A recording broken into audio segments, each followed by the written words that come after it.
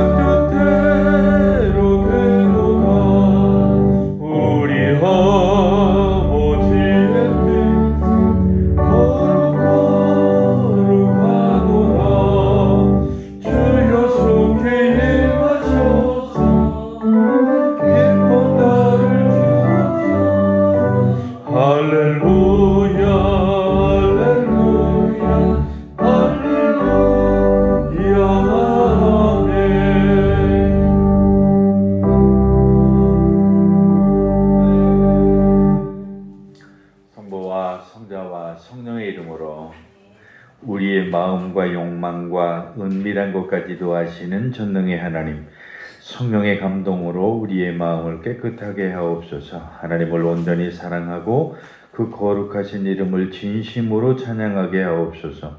주 예수 그리스도의 이름으로 기도하옵나이다. 우리가 죄 없다고 하면 이는 자신을 속이는 것이요 진리가 우리 안에 있지 않기 때문입니다. 그러나 우리가 죄를 고백하면 신실하시고 의로우신 하나님은 우리의 죄를 용서하시고 모든 불의에서 깨끗하게 해 주십니다. 지난 한 주간 동안 우리의 삶을 돌아보면서 조용히 자신의 죄를 고백하는 시간을 갖겠습니다.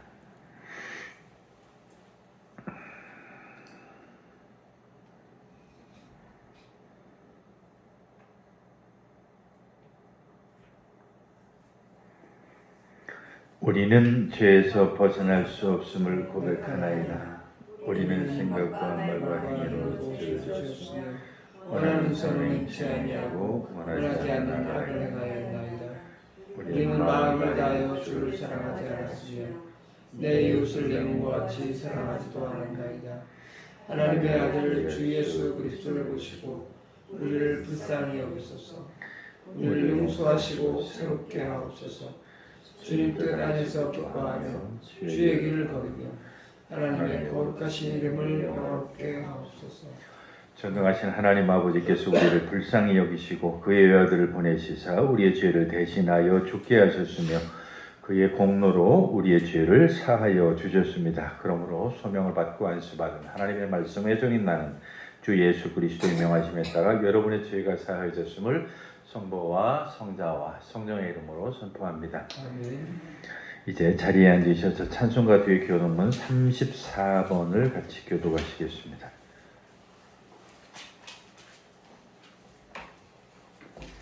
교독문 34번 시편 81편의 말씀입니다.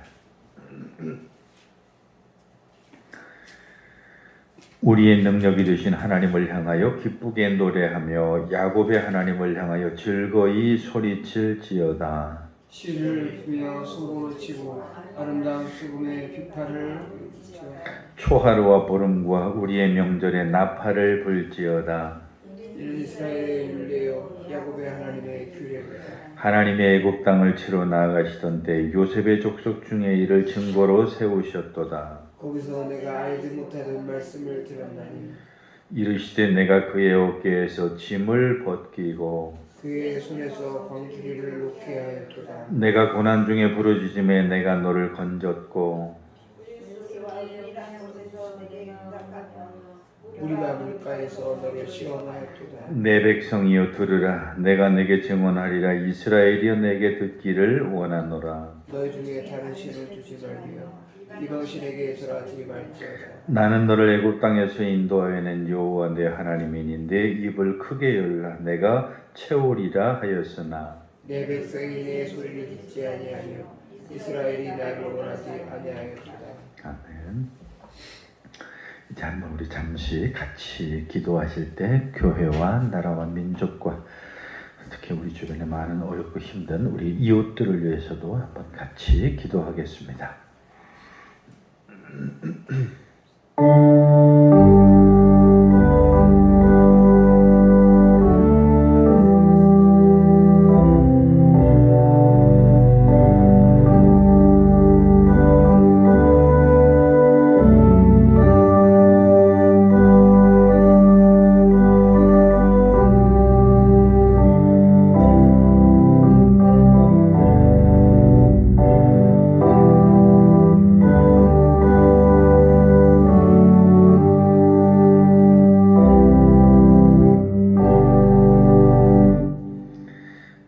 같이 보실 성경 말씀은 에스겔서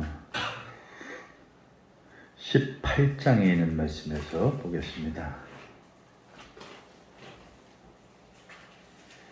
에스겔서 18장 구약 성경 1174쪽에 있는 에스겔서 18장 1절과 4절 그리고 25절과 32절 두 군데 보겠습니다.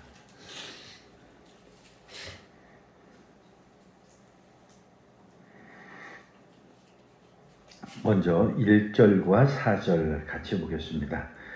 또 여호와의 말씀이 내게 임하여 이르시되 너희가 이스라엘 땅에 관한 속담에 이르기를 아버지가 신 포도를 먹었으므로 그의 아들의 이가 시리다고 하면 어찌 됨이냐. 주 여호와의 말씀이니라.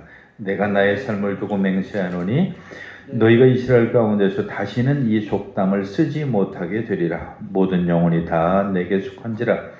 아버지의 영혼이 내게 속함같이 그의 아들의 영혼도 내게 속하였나니 범죄하는 그 영혼은 죽으리라. 25절로 32절의 말씀입니다. 그런데 너희는 이르기를 주의 길이 공평하지 아니하다 하는도다. 이스라엘 족속아 들을지어다. 내 길이 어찌 공평하지 아니하냐. 너희 길이 공평하지 아니한 것이 아니냐. 만일 의인이 그 공의를 떠나 죄악을 행하고 그로 말미암아 죽으면 그 행한 죄악으로 말미암아 죽는 것이요 만일 악인이 그 행한 악을 떠나 정의와 공의를 행하면 그 영혼을 보존하리라. 그가 스스로 헤아리고 그 행한 모든 죄악에서 돌이켜 떠났으니 반드시 살고 죽지 아니하리라. 그런데 이스라엘 족속은 이르기를 주의 길이 공평하지 아니하다 하는도다. 이스라엘 족속아 나의 길이 어찌 공평하지 아니하냐. 너희 길이 공평하지 아니한 것이 아니냐. 주 여호와의 말씀이니라. 이스라엘 족속아 내가 너희 각 사람이 행한 대로 심판할지라. 너희는 돌이켜 회개하고 모든 죄에서 떠날지어다. 그리한즉 그것이 너희에게 죄악의 걸림돌이 되지 아니하리라. 너희는 너희가 범한 모든 죄악을 버리고 마음과 영을 새롭게 할지어다. 이스라엘 족속아 너희가 어찌하여 죽고자 하느냐. 주 여호와의 말씀이니라. 죽을 자가 죽는 것도 내가 기뻐하지 아니하노니 너희는 스스로 돌이키고 살지니라. 아멘. 오늘 서간문은 빌립보서 2장의 말씀입니다. 신약성경 319쪽에 있는 빌립보서 2장 먼저는 1절로 4절 그리고 두 번째 부분은 14절로 18절까지 말씀입니다. 먼저 빌립보서 2장 1절로 4절의 말씀 같이 보겠습니다. 그러므로 그리스도 안에 무슨 권면이나 사랑의 위로나 성령의 무슨 교제나 긍휼이나 자비가 있거든 마음을 같이하여 같은 사랑을 가지고 뜻을 합하여 한 마음을 품어 아무 일이든지 다툼이나 허영으로 하지 말고 오직 겸손한 마음으로 하고 각각 자기보다 남을 낮게 여기고 각각 자기 일을 돌볼 뿐더러 또한 각각 다른 사람의 일을 돌보아 나의 기쁨을 충만하게 하라. 14절로 18절입니다. 모든 일을 원망과 시비가 없이 하라. 이는 너희가 흠이 없고 순전하여 어그러지고 거스르는 세대 가운데에서 하나님의 흠없는 자녀로 세상에서 그들 가운데 빛들로 나타나며 생명의 말씀을 밝혀 나의 다름들이 헛되지 아니하고 수고도 헛되지 아니하므로 그리스도의 날에 내가 자랑할 것이 있게 하려 함이라. 만일 너희 믿음의 제물과 섬김 위에 내가 나를 전제로 드릴지라도 나는 기뻐하고 너희 무리와 함께 기뻐하리니 이와 같이 너희도 기뻐하고 나와 함께 기뻐하라. 찬송가 379장입니다.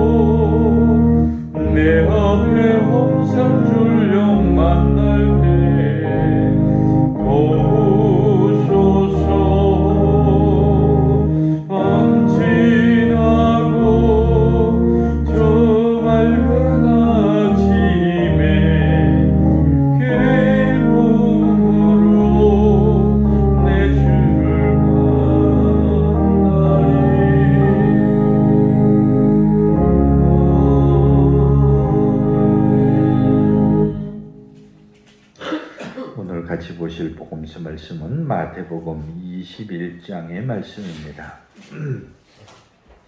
마태복음 21장 23절부터 27절까지 있는 주님의 말씀을 펴시고 주님의 말씀을 듣기 위해서 자리에서 일어서겠습니다. 오늘의 주님의 말씀인 마태복음 21장 23절로 27절에 있는 주님의 말씀을 제가 대신 여러분들에게 읽어드리겠습니다. 예수께서 성전에 들어가 가르치실새 대제사장들과 백성의 장로들이 나와 이르되 내가 무슨 권위로 이런 일을 하느냐 또 누가 이 권위를 주었느냐. 예수께서 대답하시되 나도 한 말을 너희에게 물으리니 너희가 대답하면 나도 무슨 권위로 이런 일을 하는지 이르리라. 유한의 세례가 어디로부터 왔느냐 하늘로부터냐 사람으로부터냐. 그들이 서로 의논하여 이르되 만일 하늘로부터라 하면 어찌하여 그들을 믿지 아니하였느냐 할 것이요 만일 사람으로부터라 하면 모든 사람이 요한을 선지자로 여기니 백성이 무섭다 하여 예수께서 대답하여 이르시되 우리가 알지 못하노라 하니 예수께서 이르시되 나도 무슨 권위로 이런 일을 하는지 너희에게 이르지 아니하리라. 아멘. 사도 신조로 우리 신앙 고백 드리겠습니다.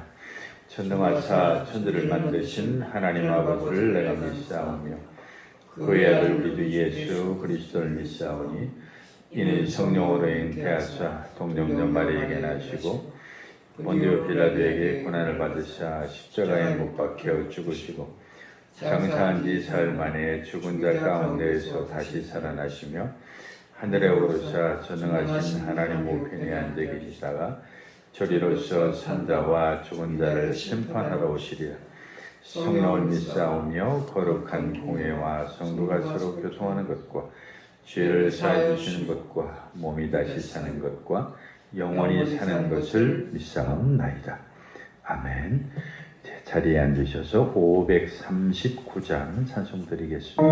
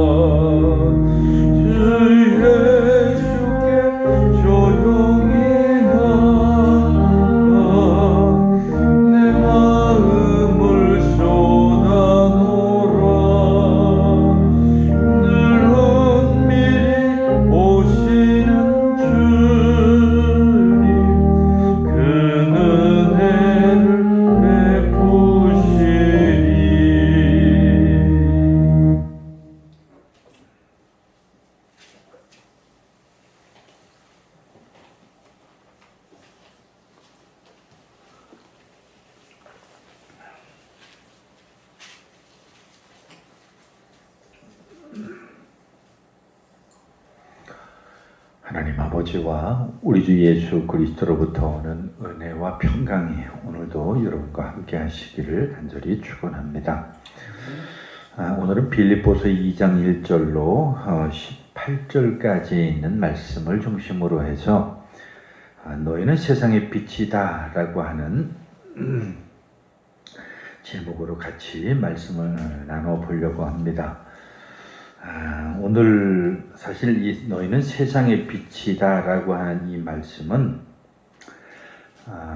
이 바울 사도가 처음 이야기한 것이 아니라 이미 예수님께서 많은 사람들에게 너희는 세상의 빛이고 이 세상의 소금처럼 살아야 된다라고 이렇게 말씀을 했죠. 그렇기 때문에 이 바울도 오늘 이 빌립보 교회에 편지를 하면서 비슷한 내용으로 지금 그 말씀의 의미를 전달하고 있는 것을 봅니다. 거기 15절의 말씀에 보면 제가 한번 읽어드려 볼게요. 이렇게 말씀을 합니다.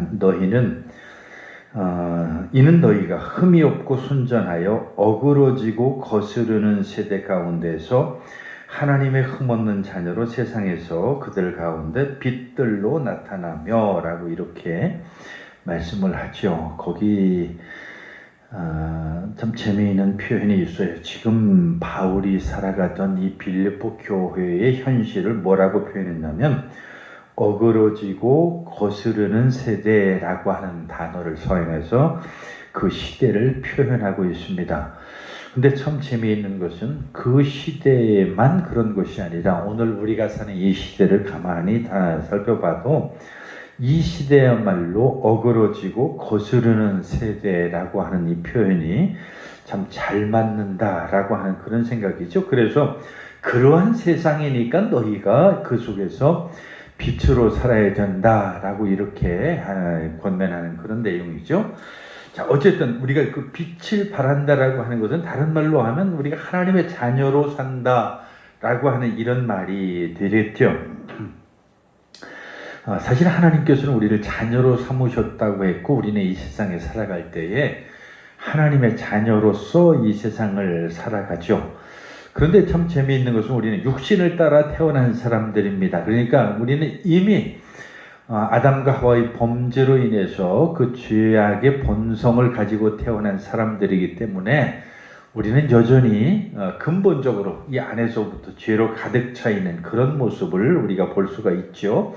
그래서 끊임없이 우리 스스로가 다시 태어나지 않으면 안 되는데 그 중에서도 무엇보다 분명한 한 가지, 우리는 세례를 통해서 하나님 안에서 거듭난다라고 이렇게 이야기를 합니다. 즉 내가 예수 그리스도를 믿고 그 안에서 성부와 성자와 성령의 이름으로 세례를 받고 그 속에서 새롭게 과거의 나가 아니라 새로운 나로서 거듭나게 된다. 새롭게 태어난다라고 하는 그런 것이죠. 그래서 과거에 우리는 죄인일 수밖에 없었고 죄로 물들어서 가득 차 있는 그런 모습임에도 불구하고 우리는 하나님 안에서 세례를 받음으로 하나님 안에서의 새로운 피조물, 즉 하나님 안에서 새로운 삶을 살아가는 우리가 되는데 그것을 우리는 그리스도인이라고 이렇게 이야기할 수 있는 것이죠.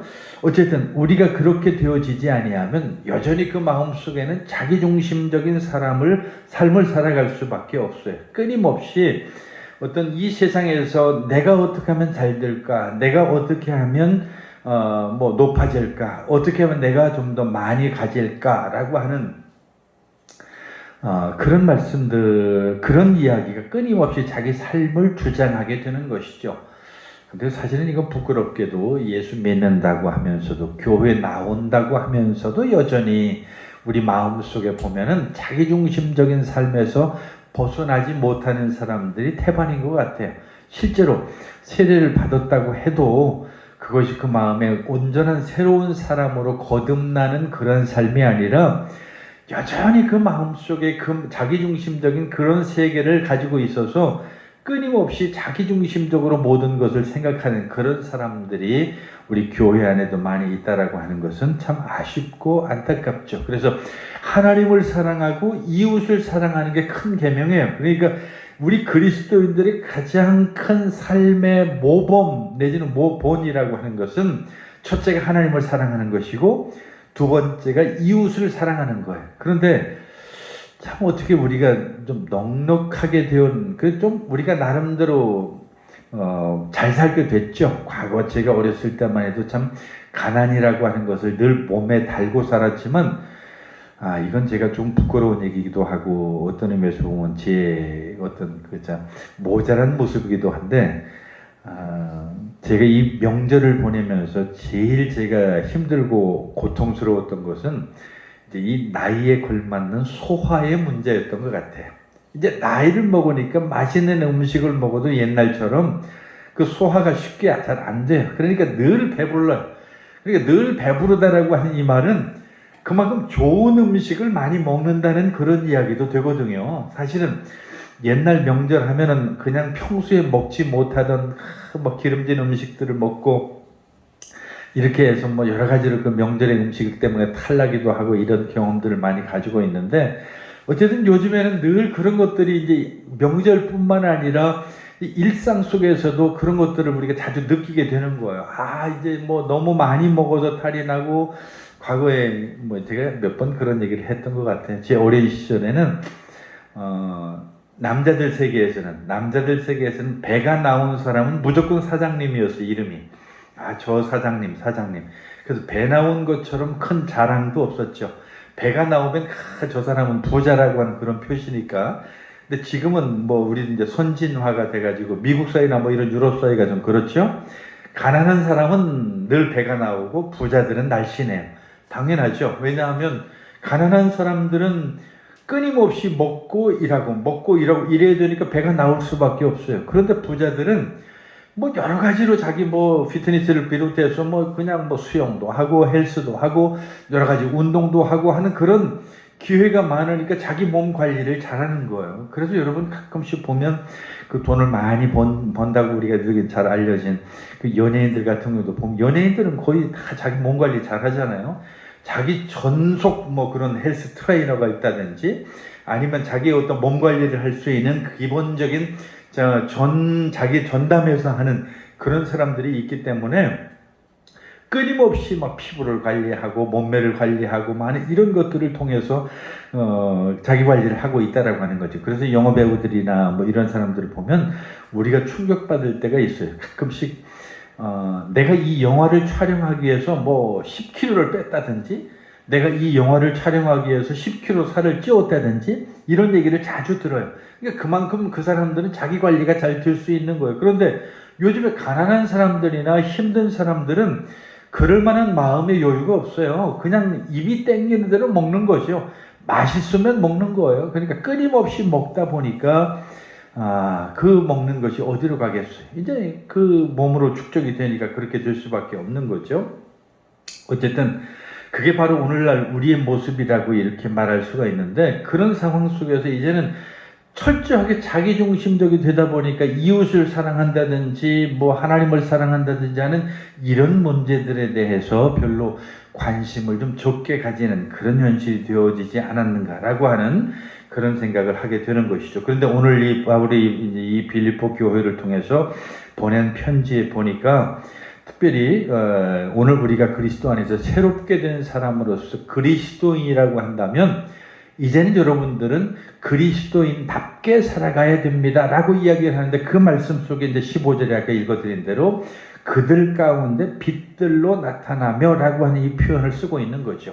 그런데 아까 처음에 제가 여러분에게 말씀드린 것처럼, 그럼 그들 가운데라고 하는 그들이 사는 세상이 어디냐, 거기 15절 처음에 있는 것처럼 어그러지고 거스르는 세대라고 이렇게 지금 거기 표현을 했다고 그랬잖아요.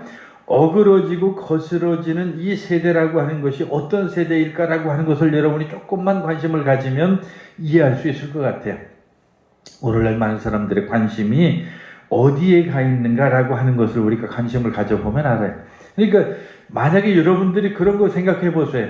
내가 만약에 나에게, 우리 가끔 그런 그 온라인도 보면 그런 이야기들을 많이 하더라고요. 만약 당신이 로또 복권에 1등 당첨이 된다고 한다면 그 돈을 가지고 뭘 하겠습니까? 아니면 뭐 당장 10억 원이 뭐 수중에 생긴다고 하면 그 10억 원을 가지고 뭘 하겠습니까? 라고 하는 뭐 이런 표현들을 우리가 가끔 자주 사용하는데요. 그런 이야기들을 들어볼 때 그런 이야기 속에서 여러분 스스로가 답을 해보면 그게 금방 나와요. 만약 지금 나에게 10억이라고 하는 돈이 갑자기 딱 떨어졌다 그러면 나는 그 10억을 가지고 어디에다 어떻게 쓸 것인가 라고 하는 것에 대해서 금방 나오잖아요. 그 10억이라고 하는 돈이 딱 나 앞에 주어지게 되면 그 10억을 나는 어디에다 1순위를 쓰고 2순위는 어디 쓰고 어디 쓰고 그래서 뭐 사람마다 다 다를 것 같아요.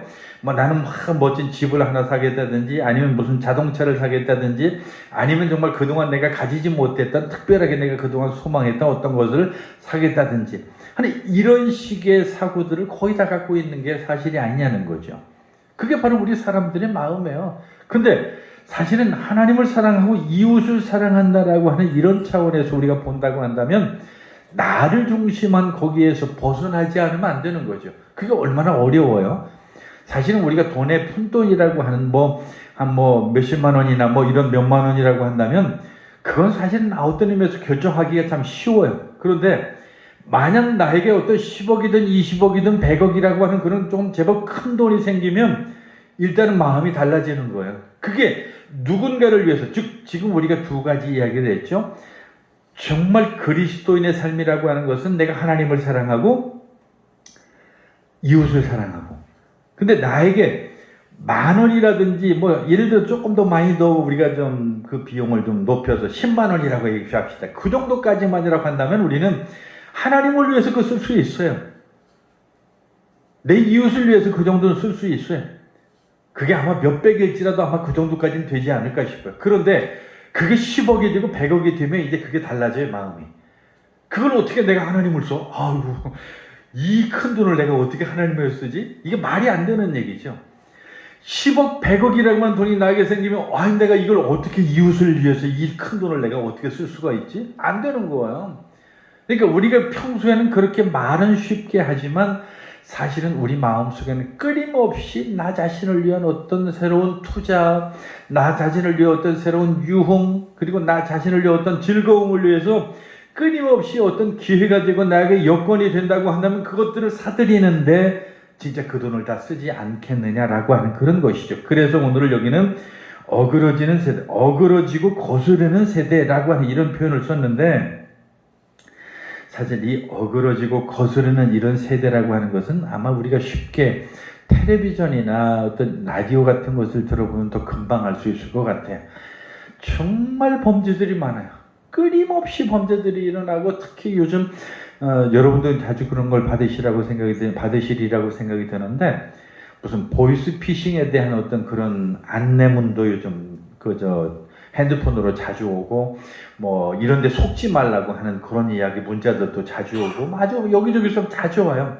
근데 그게 얼마나 많이 만연이 되어 있으면 그렇게 되었겠느냐라고 하는 것이죠. 우리 사회가 이제 너무나 어그러지고 거스르는 그런 세대를 우리는 이렇게 살아가고 있는 것을 방송을 통해서도 우리는 쉽게 본다라고 하는 것이죠. 그런 속에서 정말 우리가 그리스도인답게 산다라고 하는 게 얼마나 힘들고 어렵냐는 얘기예요. 즉 다시 말하면 이 말은 정말 극단적이긴 하지만 나에게 100억이 생겼을 때 그 100억을 하나님을 위해서 그리고 이웃을 위해서 쓸 수 있는 그런 정도의 믿음이 나에게 있느냐라고 하는 이런 생각을 해보면 우리 스스로의 모습을 어느 정도 짐작해 볼 수 있다라고 하는 것이죠. 그래서 우리는 이 시대를 어그러지고 뒤틀린 세대라 이렇게 아마 말할 수 있지 않을까 생각이 됩니다. 정말이지 이 세상이 너무나 어그러지고 뒤틀려져 있어요. 여러분들이 이제 사회생활을 하고 많은 세상에 안 믿는 사람을 만나고 심지어 교회에 나간다라고 하는 사람들을 많이 만나는데도 불구하고 그들 속에서 느껴지는 것은 사랑을 느끼는 것이 아니라 어떻게 하면 자기 자신을 위해서 좀 더 좋은 것들을 확보하고 영역을 넓혀가고 하는 이런 것들을 우리가 경험하게 된다라고 하는 것이죠. 그러니까 그 속에서 상처를 받아요. 정말 어떻게 저럴 수가 있지? 어떻게 저 사람은 저렇게 살아가지? 그리고 심지어 교회에 나간다고 하면서 어떻게 저런 생각을 갖지? 라고 하는 이런 것들을 우리는 너무 자주 그리고 너무 수시로 보게 된다라고 하는 것이죠.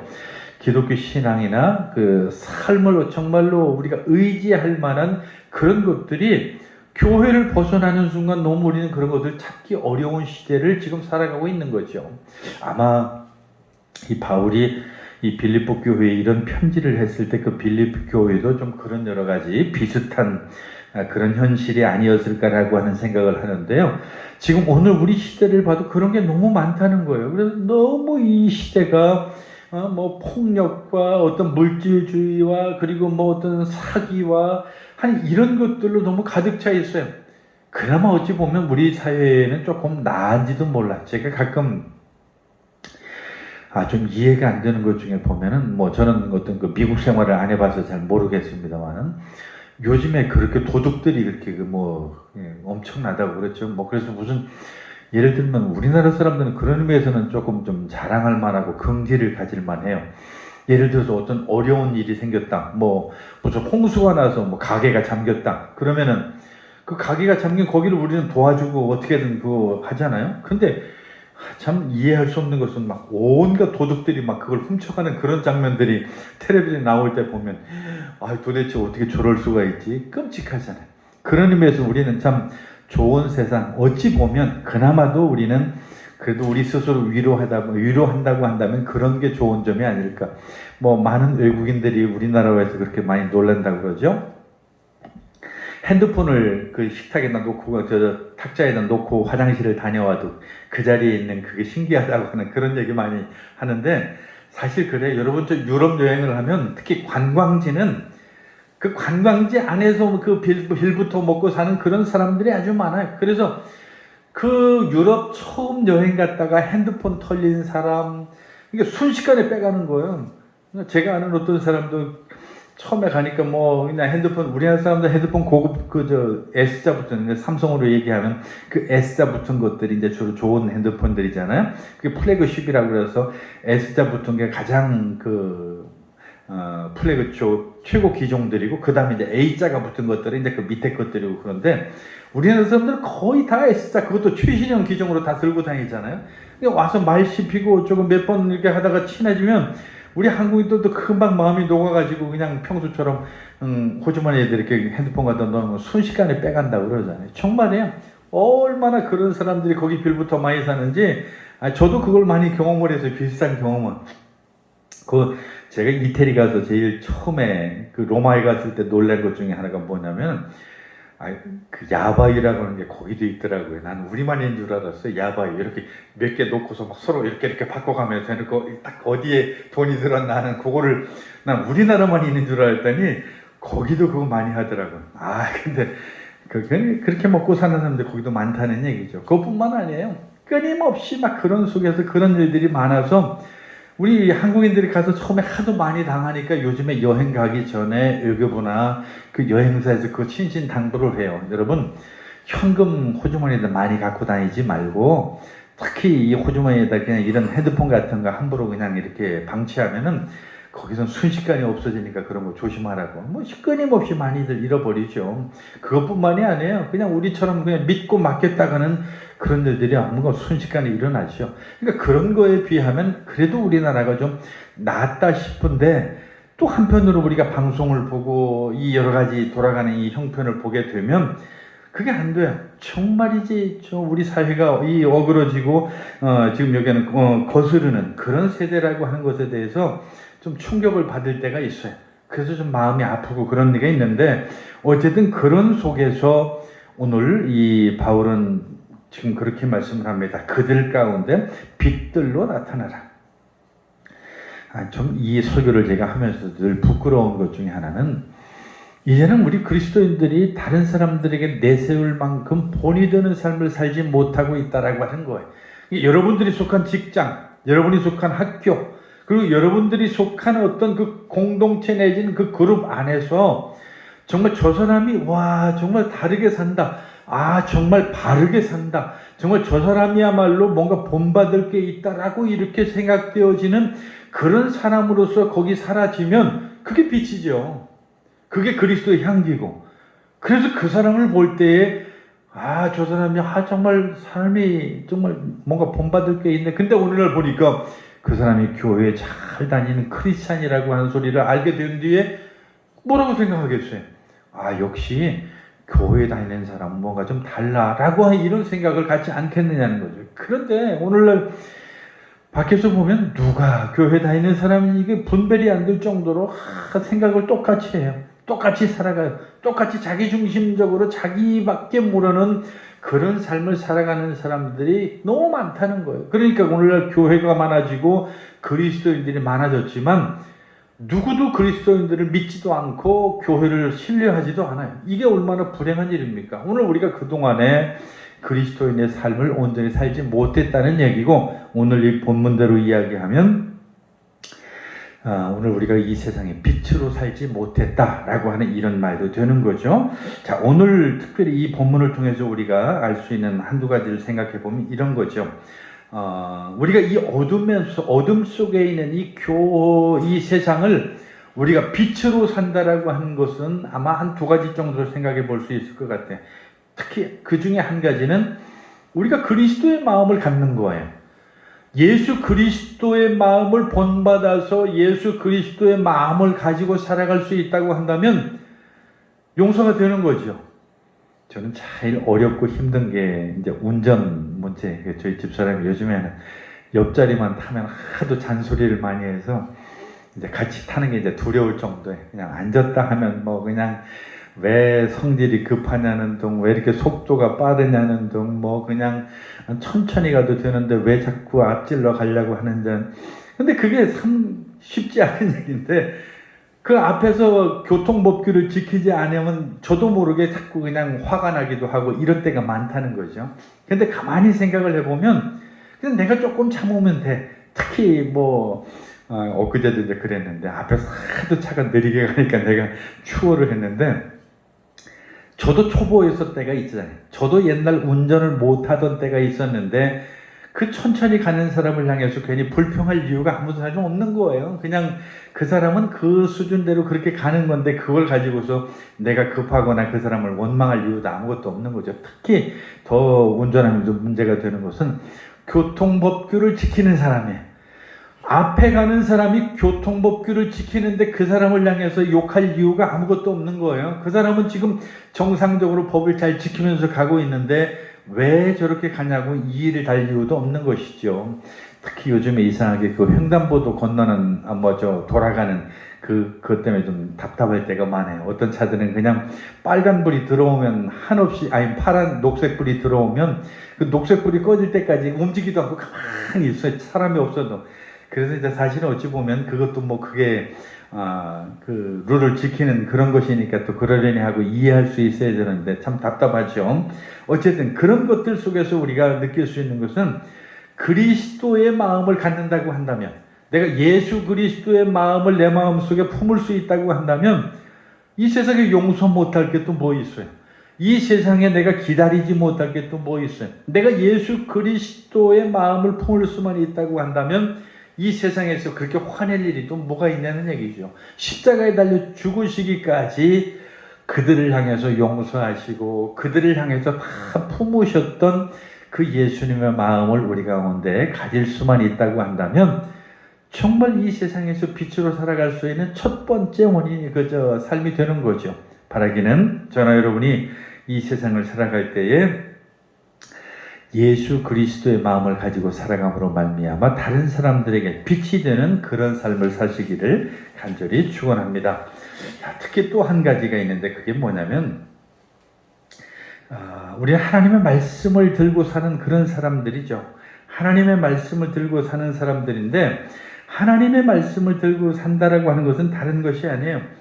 내가 그 말씀 안에서 그 말씀대로 살아가는 거죠. 그러니까 말씀이 나에게 무엇을 요구하는가라고 하는 것을 내가 알아야 그것도 살아가는 거죠.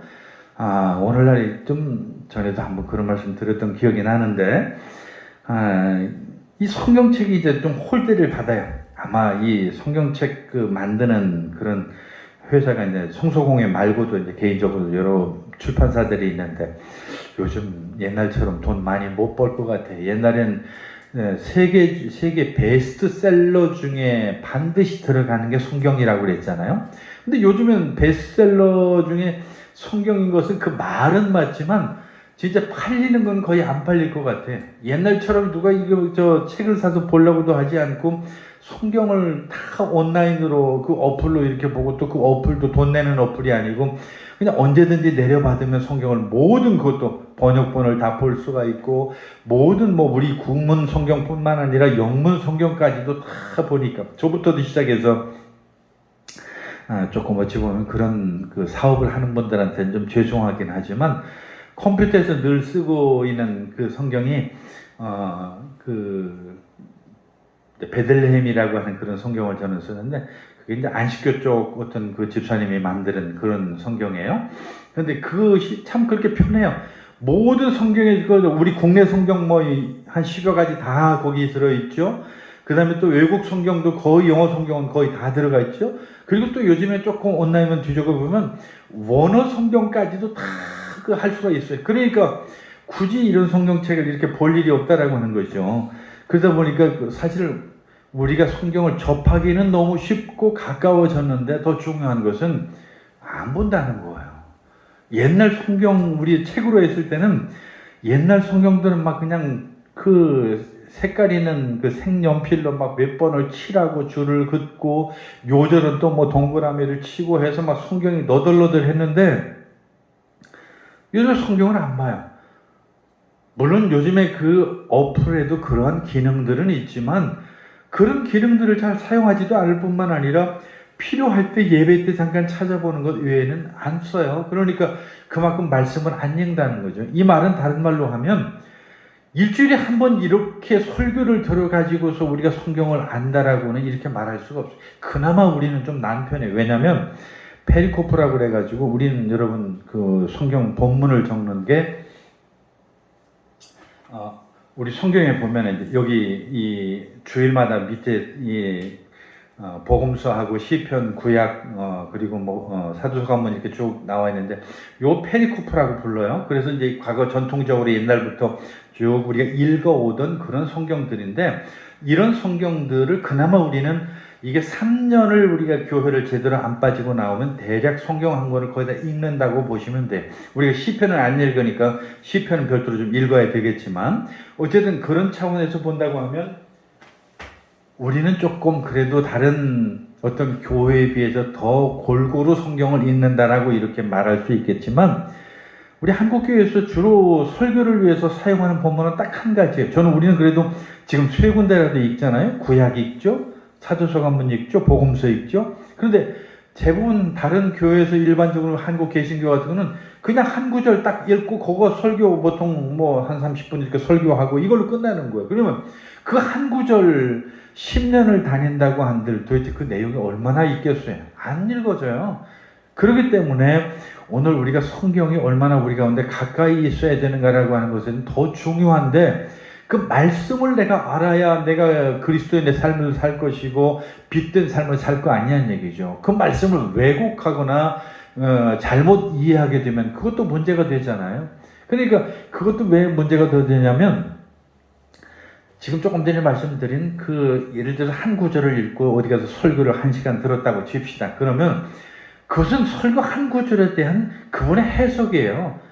오늘 제가 여러분들과 더불어서 이 빌립보서의 특별히 2장에 있는 말씀을 같이 읽었는데 이 빌립보서 2장에 있는 이 말씀 속에서도 그 몇 구절 그거에 대한 내 해석을 여러분들이 듣고 있는 거죠. 물론 이 앞에 있는 사람이 제대로 공부를 한 사람이고 제대로 신학을 아는 사람이고 제대로 성경에 대해서 이해하는 사람이라고 하면 또 문제는 조금 달라요.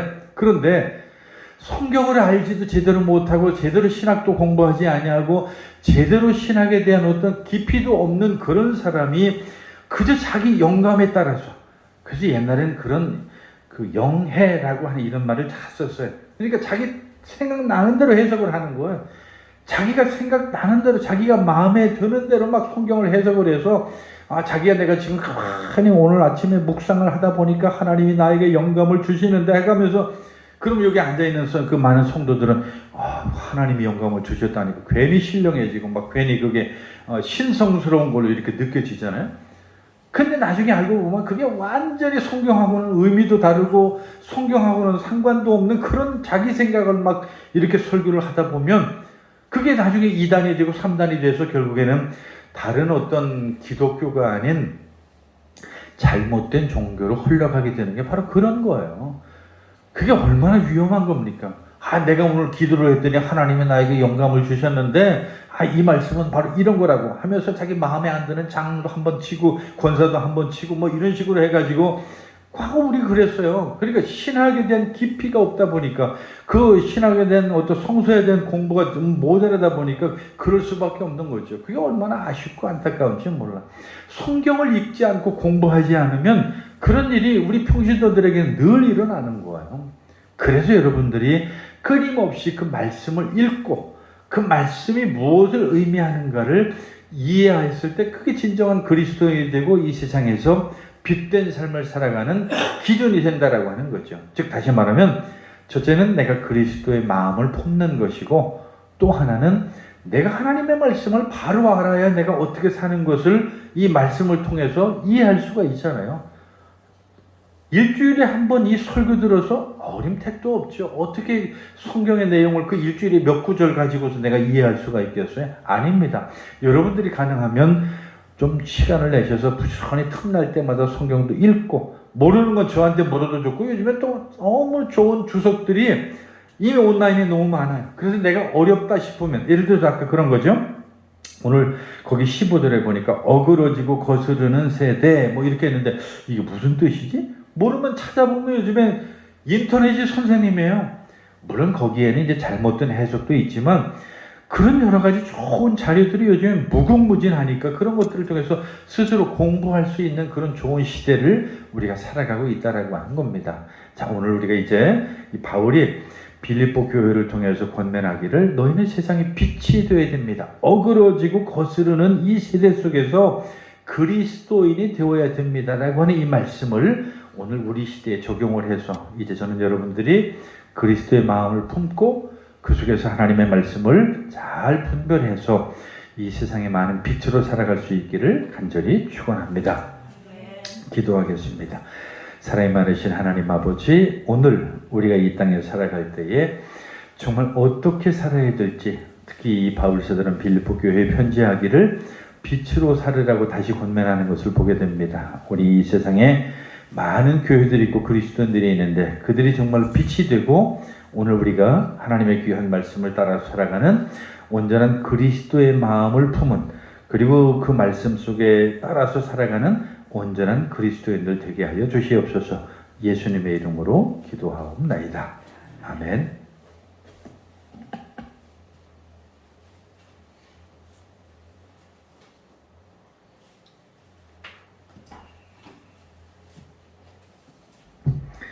이제 우리 516장 부르시면서 봉헌 드리겠습니다.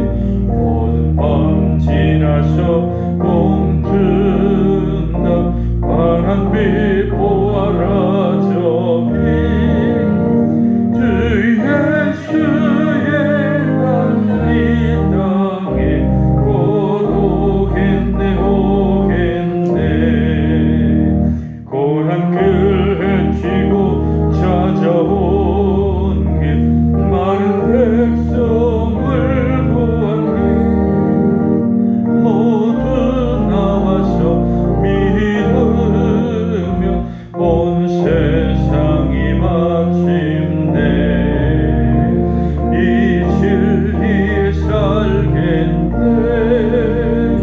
모든 밤 지나고 동튼다 환한빛 보아라 저기 주 예수의 나라 이 땅에 곧 오겠네 오겠네.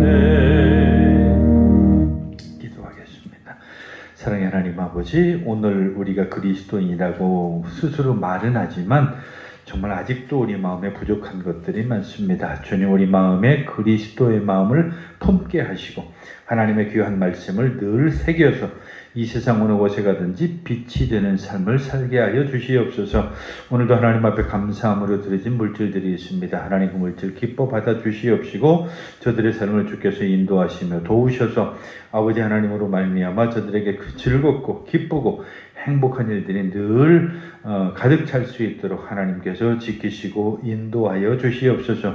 드린 손길마다 축복하시며 드리지 못한 손길 위에 하나님의 은혜를 더 풍성히 내려 주시옵소서. 예수님의 이름으로 기도하옵나이다. 아멘.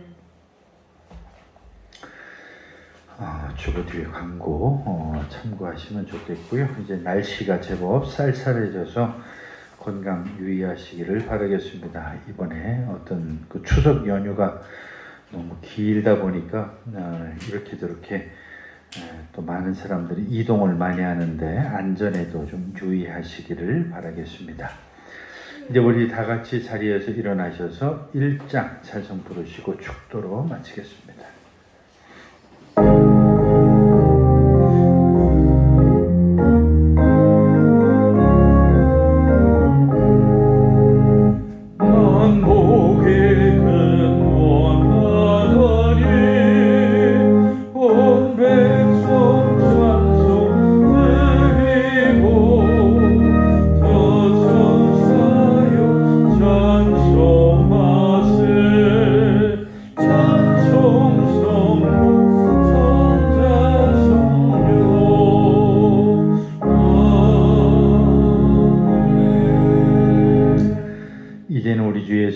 크신 은혜와 하나님 아버지의 극진하신 사랑과 성령의 감동감화 교제의 교통하심이 이 세상에서 그리스도인으로 빛이 된 삶을 살기 원하는 사랑하는 모든 성도들 머리 위에 이제부터 영원까지 함께 하시기를 간절히 축원하옵나이다. 아멘.